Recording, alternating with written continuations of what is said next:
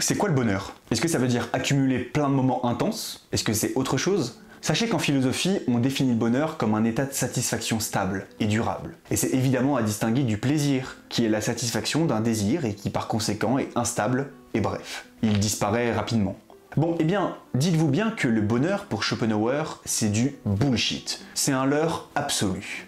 On ne peut pas accéder au bonheur. En général, Schopenhauer, c'est ce que les gens retiennent le plus de leur cours de philosophie en terminale. Je sais pas vraiment pourquoi, mais peut-être simplement que la philosophie pessimiste est attrayante dans sa structure même. Je me permets de répéter pour tous ceux qui au contraire refusent d'entendre notre cher Arthur Schopenhauer sous prétexte que ce soit trop pessimiste, dérangeant ne veut pas dire faux. Schopenhauer, c'est un philosophe du 19e siècle, considéré comme l'un des philosophes les plus pessimistes de toute l'histoire de la philosophie. Mais malgré tout, sa vision sur le bonheur mérite qu'on s'y attarde un petit peu, puisqu'il est probable qu'elle vous fasse réfléchir à cet idéal humain du bonheur. Tellement idéal qu'il nous offre parfois des réponses aussi niaises quand on demande à quelqu'un ce qu'il aimerait le plus dans la vie. Être heureux ?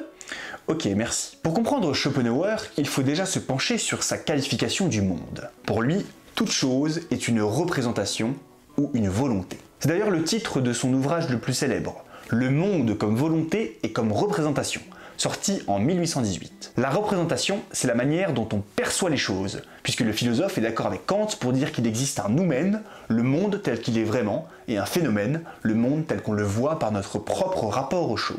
Donc la représentation, c'est notre vécu face aux choses, nos affects, la manière dont on se représente subjectivement les choses du monde. Tandis que la volonté, c'est la nature de toute chose, qui est la force motrice des actions. C'est cette force, en grande partie inconsciente, qui pousse tout être vivant à vouloir, à désirer, à chercher, à connaître. Vous avez vu à quel point cette volonté chez Schopenhauer est proche du concept de volonté de puissance chez Nietzsche.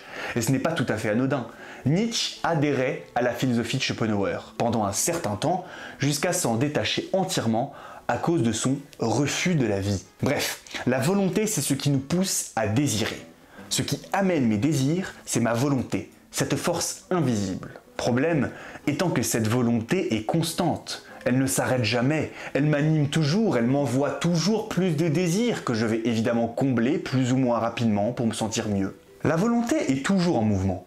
Et c'est exactement ça qui rend le bonheur impossible, puisque le bonheur, selon Schopenhauer, c'est l'absence de souffrance. Mais ne pas ressentir de souffrance de manière continue, c'est tout à fait impossible.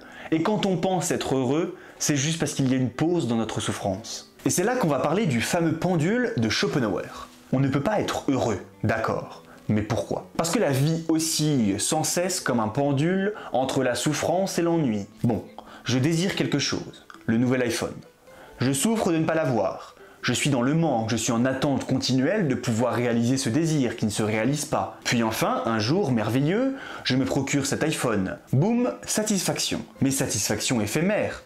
Très éphémère puisqu'au bout de quelques semaines seulement, cette nouveauté n'en sera plus une. Ce plaisir sera consommé et dorénavant ne me fera plus d'effet. Je n'ai pas connu le bonheur puisque je n'avais plus de manque de cet iPhone puisque je l'avais. J'ai simplement éprouvé la satisfaction d'avoir accédé à mon désir. Et voilà que se manifeste l'ennui. Je suis ennuyé par cet objet qui était auparavant objet de désir. Je souffre car je n'ai pas ce que je veux. Puis je m'ennuie parce que maintenant j'ai ce que je ne désire plus. Mon désir s'en étant allé avec l'acquisition de l'objet. Donc soit on est frustré parce qu'on n'a pas ce qu'on veut, soit on s'ennuie parce qu'on l'a obtenu. La condition de l'homme est donc inévitablement malheureuse. Voilà. Et vous comprenez maintenant la réputation de Schopenhauer. Et alors, c'est quoi la solution, Chopi? Oui, je l'appelle Chopi, je fais ce que je veux. La solution, c'est d'arrêter de désirer. On renonce à la volonté. On se détache de ce que l'on veut. On commence à contempler l'art ou la nature, par exemple, qui a ce talent d'opérer une suspension du désir de cette volonté qui n'en a jamais fini. Ou alors, on maintient la plus petite oscillation du pendule. On n'ira pas jusqu'au bout de la souffrance, ni jusqu'au bout de l'ennui, mais on tentera de trouver le juste milieu pour désirer au bon moment, pour minimiser le plus possible le malheur, même si c'est ce que nous allons vivre le plus dans notre vie. Si on s'en tient à Schopenhauer, le bonheur tel qu'on l'imagine n'existe pas. Nous ne sommes jamais pleinement accomplis, mais plutôt satisfaits parfois d'une situation. On a une pause dans notre souffrance parfois. Et si le bonheur n'existait qu'en ces termes, est-ce que ça serait nécessairement une mauvaise chose? À vous de me le dire.